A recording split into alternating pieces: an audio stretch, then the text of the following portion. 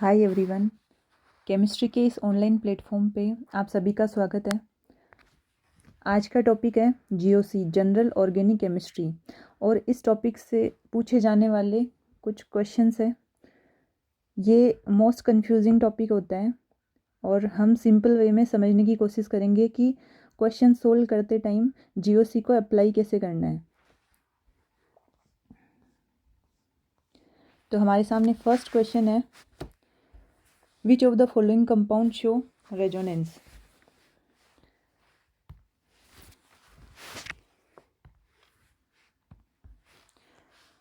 सबसे पहले तो हम ये देखते हैं कि रेजोनेंस, इसके लिए जो मस्ट कंडीशन है, must condition for resonance. Resonance के लिए मस्ट कंडीशन क्या क्या होती है, वन बाय वन एक बार वो देख लेते हैं। फर्स्ट है, एक तो होना चाहिए multiple bond,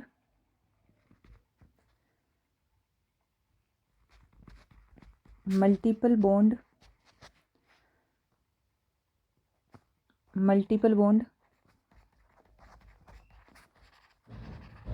in conjugation. Multiple bond in conjugation, for example ये डबल बॉन्ड, ये सिंगल डबल सिंगल डबल। तो मल्टीपल बॉन्ड ये किस तरह से कॉन्जुगेशन में है, इस तरह से। तो रेजोनेंस के लिए फर्स्ट कंडीशन तो क्या हो गई, मल्टीपल बॉन्ड के साथ में मल्टीपल बॉन्ड ही कॉन्जुगेशन में होना चाहिए। उसके बाद में सेकंड कंडीशन और देखते हैं,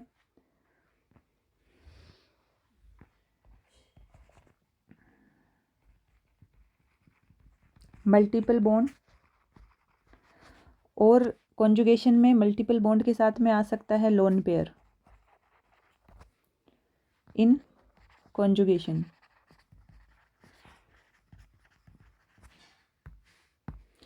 किस तरह से एग्जाम्पल ले रहे हैं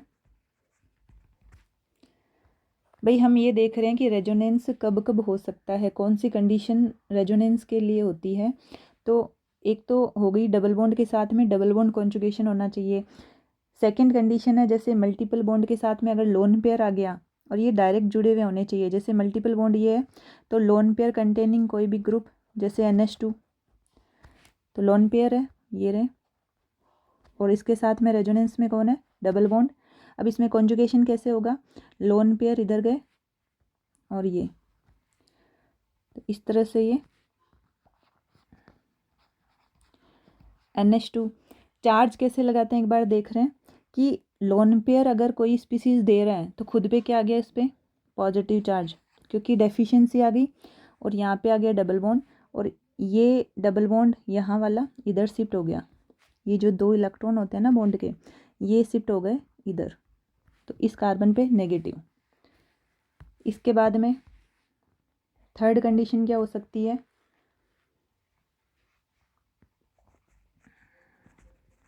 मल्टीपल बॉन्ड, इसके साथ में होना चाहिए वैकेंट ऑर्बिटल इन कॉन्जुगेशन। ये भी एग्जाम्पल लेके समझते हैं। जैसे कि ये है मल्टीपल बॉन्ड और कोई ऐसा ग्रुप या एटम जिसके पास में वैकेंट ऑर्बिटल हो। तो यहाँ बोरोन के पास में वैकेंट क्या होता है, p ऑर्बिटल होता है। अगर इसके पास में p ऑर्बिटल है इस तरह से, तो ये पाई बॉन्ड इधर जा सकता है, तो मल्टीपल बॉन्ड, और साथ में क्या होना चाहिए, वैकेंट ऑर्बिटल इन कॉन्जुगेशन। इसके बाद में फोर्थ कंडीशन क्या हो सकती है,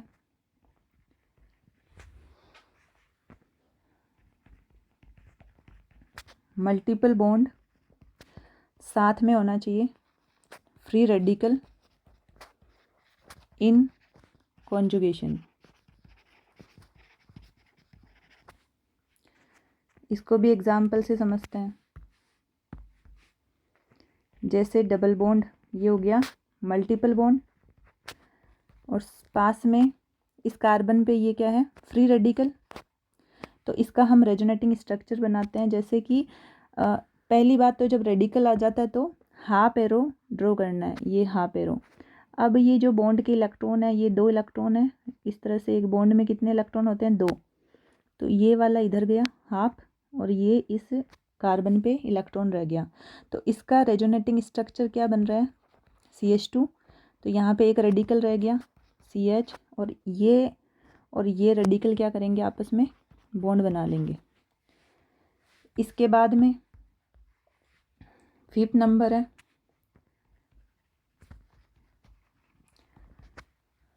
लोन पेयर, और क्या होना चाहिए, वैकेंट ऑर्बिटल इन कॉन्जुगेशन। इसके लिए एग्जाम्पल क्या है,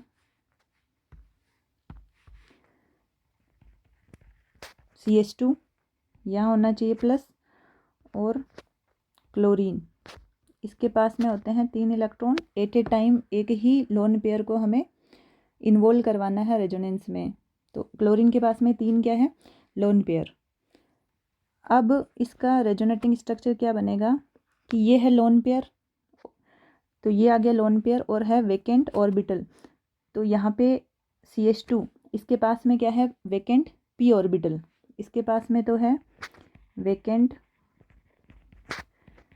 p ऑर्बिटल, और ये रखता है कंटेनिंग लोन पेयर। अब क्या होगा, ये इलेक्ट्रॉन इधर चले जाएंगे, सॉरी ये लोन पेयर कार्बन जो पॉजिटिव है इसके पास चला जाएगा। अब हम चार्ज वगैरह देखते हैं। अगर क्लोरीन ने अपना इलेक्ट्रॉन या लोन पेयर दे दिए तो खुद पे क्या आ जाएगा, डेफिशिएंसी यानी पॉजिटिव चार्ज, और इधर आ गया डबल बॉन्ड, और ये आ गया CH2। अब पॉजिटिव यहाँ पे जो चार्ज है वो यहाँ से इलेक्ट्रॉन आ रहे हैं तो ख़त्म हो गया, ठीक है। तो इस पर कोई चार्ज नहीं है। तो ये हमने 5 कंडीशन देखी है कि रेजोनेंस के लिए मस्ट कंडीशन क्या क्या हो सकती है। मल्टीपल बॉन्ड होना चाहिए मल्टीपल बॉन्ड के कॉन्जुगेशन में, फर्स्ट कंडीशन। सेकंड है मल्टीपल बॉन्ड और लोन पेयर में इस तरह से कॉन्जुगेशन हो सकता है, ये मतलब डायरेक्ट जुड़े हुए होने चाहिए आपस में, मल्टीपल बॉन्ड और वेकेंट ऑर्बिटल। फोर्थ कंडीशन है मल्टीपल बॉन्ड के साथ में ऐसे फ्री रेडिकल होना चाहिए, और फिफ्थ है लोन पेयर और वेकेंट ऑर्बिटल इन कॉन्जुगेशन। अब हम अपना क्वेश्चन सोल्व करते हैं। देखें, फर्स्ट है ऑप्शन कि which of the following show resonance. अब देखो यहाँ पे क्या है, डबल बॉन्ड तो है लेकिन 2 क्या है, सिग्मा बॉन्ड, तो ये तो नहीं होगा। अब यहाँ पे ये क्लोरीन लोन पेयर वगैरह है लेकिन साथ में कितने सारे सिग्मा बॉन्ड आ गए, डबल बॉन्ड है दूर जाके हैं, तो ये भी नहीं होगा। थर्ड है लोन पेयर लेकिन डायरेक्ट जुड़ा हुआ होना चाहिए डबल बॉन्ड, तो ये क्या है, सिग्मा बॉन्ड 2 आ गए दूर जाके हैं, ये भी नहीं होगा। इसमें देखते हैं, ये इस तरह से डबल बॉन्ड, ये तो यहाँ पे इलेक्ट्रॉन इधर गए और ये इलेक्ट्रॉन इधर गए। इलेक्ट्रॉन इधर ही क्यों गए, क्योंकि जो ऑक्सीजन है उसकी इलेक्ट्रोनेगेटिविटी कार्बन से ज़्यादा है, तो ये क्या करेगा, यहाँ से इलेक्ट्रॉन ऑक्सीजन अपनी तरफ खींच लेगा, और यहाँ से जो डबल बॉन्ड है वो कार्बन की तरफ चला जाएगा। तो ये कौन सी कंडीशन आ गई, ये फर्स्ट वाली मल्टीपल बॉन्ड, क्योंकि जो हमने एग्जाम्पल लिया है ना वहाँ पे तो कार्बन कार्बन ही है, ये इस तरह से जरूरी थोड़ी है कार्बन कार्बन ही मल्टीपल बॉन्ड हो, कार्बन ऑक्सीजन ये इस तरह से भी हो सकता है। तो ये मल्टीपल बॉन्ड और साथ में वापस मल्टीपल बॉन्ड, तो फर्स्ट कंडीशन वाला ये आ गया आंसर अपना 4। तो ये हो गया फर्स्ट क्वेश्चन। सेकंड देखते हैं, how many pi bond are in resonance.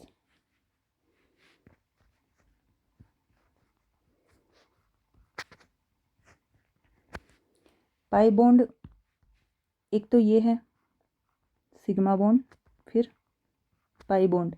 अब यहाँ पे आ गए 2 सिग्मा बॉन्ड, तो ये पाई बॉन्ड कॉन्जुगेशन में इन्वॉल्व नहीं होगा। अब यहाँ पे ये सिग्मा ये 2 सिग्मा आ गए, उसके बाद मल्टीपल बॉन्ड है तो ये भी कॉन्जुगेशन में इन्वॉल्व नहीं होगा।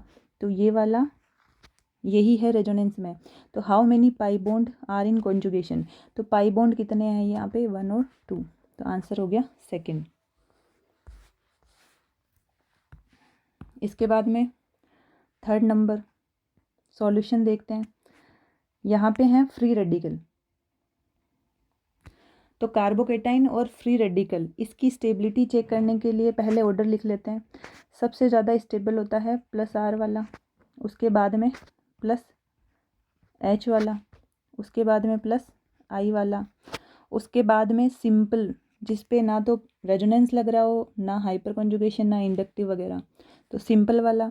उसके बाद आता है -I ग्रुप वाला, उसके बाद में -H -R। एक तो ये ऑर्डर हमें ध्यान रखना होता है जब कार्बोकेटाइन और फ्री रेडिकल इनकी स्टेबिलिटी देखनी होती है, तो ये ऑर्डर पता होना चाहिए। अब हम इनमें एक एक ऑप्शन देखते हैं अपने। फर्स्ट है, ये है रेडिकल और यहाँ पे कितने हाइड्रोजन है, ये दो हाइड्रोजन। अल्फा कार्बन जिस पे लगे हुए हाइड्रोजन ही अल्फा हाइड्रोजन होते हैं, तो इसकी स्टेबिलिटी देखी जाती है हाइपर कॉन्जुगेशन से, तो 4 अल्फा हाइड्रोजन। सेकंड ऑप्शन,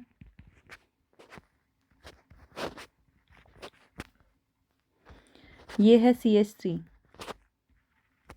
ये क्वेश्चन सोल्व करने के बहाने से हम ये भी देख पा रहे हैं कि हमें हाइपर कॉन्जुगेशन में अल्फा H वगैरह कैसे काउंट करते हैं। तो इस एग्जाम्पल से हम वो भी सीख रहे हैं कि अगर रैंडम पूछा जाए कि अल्फा हाइड्रोजन वगैरह कितने हैं किसी भी रेडिकल या कार्बोकेटाइन की स्टेबिलिटी चेक करते टाइम, तो ये हमें काउंट करना आना चाहिए। तो सेकंड ऑप्शन में जैसे ये है अल्फा कार्बन, ये है अल्फा कार्बन और ये है अल्फा कार्बन, तो इसमें हाइड्रोजन कितने हैं, 3 तो ये और 2 यहाँ पे है और 2 ये है हाइड्रोजन, तो टोटल हो गए 7 अल्फा H। थर्ड ऑप्शन है,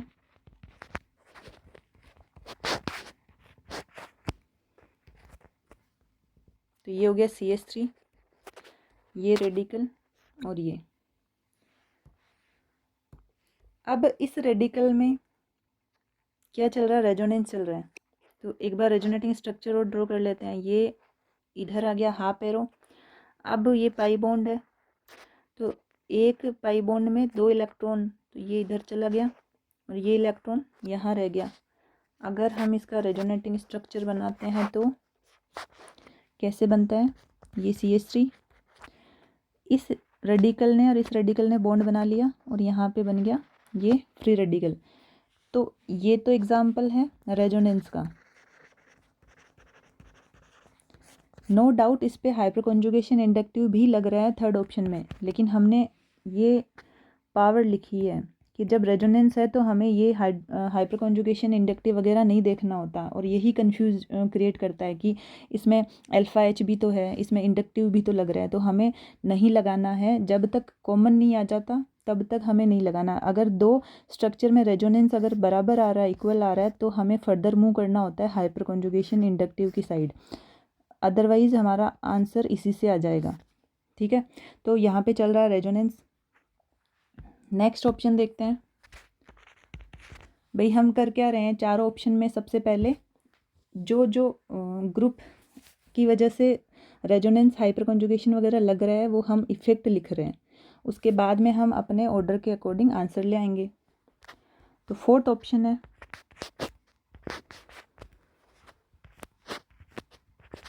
यहाँ पे डबल बॉन्ड के ऊपर रेडिकल है, तो यहाँ आपको ये ध्यान रखना है, चाहे डबल बॉन्ड हो, यानी डबल बॉन्ड है उस पर चाहे रेडिकल हो चाहे पॉजिटिव चार्ज वगैरह हो, ये सब परसेंटेज एस कैरेक्टर वाले ग्रुप वाले होते हैं, यानी इनका लगता है -I। हमें इनको रेजोनेंस वगैरह में नहीं रखना है, क्योंकि रेजोनेंस अगर लगता है तो ये जो पॉजिटिव और रेडिकल है वो डिफरेंट प्लेन में होता है, तो यहाँ पे रेजोनेंस वगैरह नहीं लगता, परसेंटेज एस कैरेक्टर वालों से डील होते हैं ये। तो इनमें हमें सिर्फ इंडक्टिव देखना है, +-I से डील करना है, ना कि रेजोनेंस ना कि हाइपर कॉन्जुगेशन। ठीक है, तो अब अपना आंसर क्या आ गया? Most stable free radical. तो ये है हाइपर कॉन्जुगेशन वाला, ये है हाइपर कॉन्जुगेशन वाला, और ये है रेजोनेंस वाला, और ये है -I वाला। तो सबसे ज़्यादा स्टेबल कौन हो गया? रेजोनेंस। ये तो आंसर आ गया 3rd। उसके बाद में हम इसमें ओवरऑल ऑर्डर भी देख सकते हैं। ओवरऑल ऑर्डर हमसे पूछा जाए अगर, तो सबसे ज़्यादा स्टेबल है 3rd। उसके बाद में ये हाइपर कॉन्जुगेशन वाले, तो ज़्यादा अल्फा एच वो ज़्यादा स्टेबल, 2nd, फिर 1st, और 4th लिस्ट स्टेबल। अगर ओवरऑल ऑर्डर पूछे तो ये है, और मोस्ट स्टेबल पूछा है तो ये, लिस्ट स्टेबल पूछते हैं तो 4th। नेक्स्ट क्वेश्चन है, which of the following is A correct order of reactivity of chlorides for given compounds. तो देखो, पहले हमें एक काम करना है कि ये जितने कंपाउंड दे रखे हैं उनमें क्लोरीन को हटा दूँ, और हमें ये पॉजिटिव चार्ज वाले कंपाउंड लिख लेने हैं। क्या करना है कि इस तरह से, सपोज इनको मान लेते हैं R, ये हो गया, क्लोरीन को मान लेते हैं X, ये इलेक्ट्रॉन, बॉन्ड के इलेक्ट्रॉन ये ले गया क्लोरीन, तो ये जो R बचा है वो R पॉजिटिव आ गया। तो ये सारे पॉजिटिव वाले ग्रुप ये लिख लेते हैं हम। ये तो है फर्स्ट। नेक्स्ट है, इस तरह के क्वेश्चन सोल्व करने की ट्रिक ये है कि हमें क्लोरीन को हटा देना है, क्लोरीन माइनस की फॉर्म में चला जाएगा, बची हुई स्पीसीज को हम पॉजिटिव चार्ज में लिख लेते हैं। ये पॉजिटिव। नेक्स्ट है,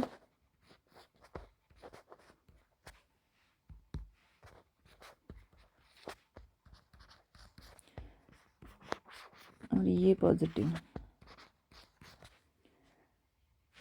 अब एक बात ये ध्यान रखना है, जो कार्बोकेटाइन है उसकी स्टेबिलिटी ओवरऑल होती है एरोमेटिक की सबसे ज़्यादा, उसके बाद में non aromatic, then anti aromatic compound. और जो नॉन एरोमेटिक है उसमें भी सबसे ज़्यादा रेजोनेंस, फिर भाई सबसे पावरफुल है रेजोनेंस, उसके बाद में हाइपर कॉन्जुगेशन, देन इंडक्टिव। अब जितने भी एग्जाम्पल है इनमें सब में पहले लिख लेते हैं कौन सा कंपाउंड किस कैटेगरी से बिलोंग करता है।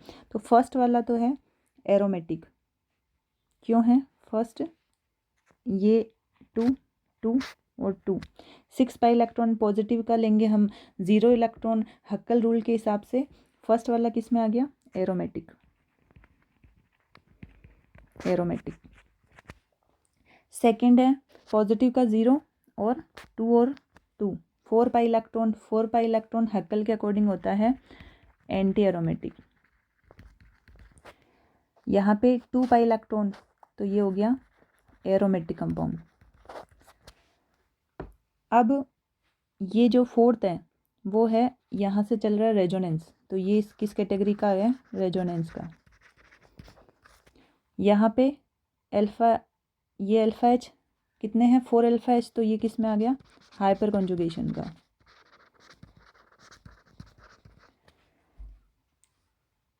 Which of the following correct order of reactivity toward chlorine chlorides for given compound. तो अब इसमें सबसे ज़्यादा स्टेबल कौन है? एरोमेटिक। इधर भी एरोमेटिक, और देखा जाए सब में तो लिस्ट स्टेबल है एंटी एरोमेटिक।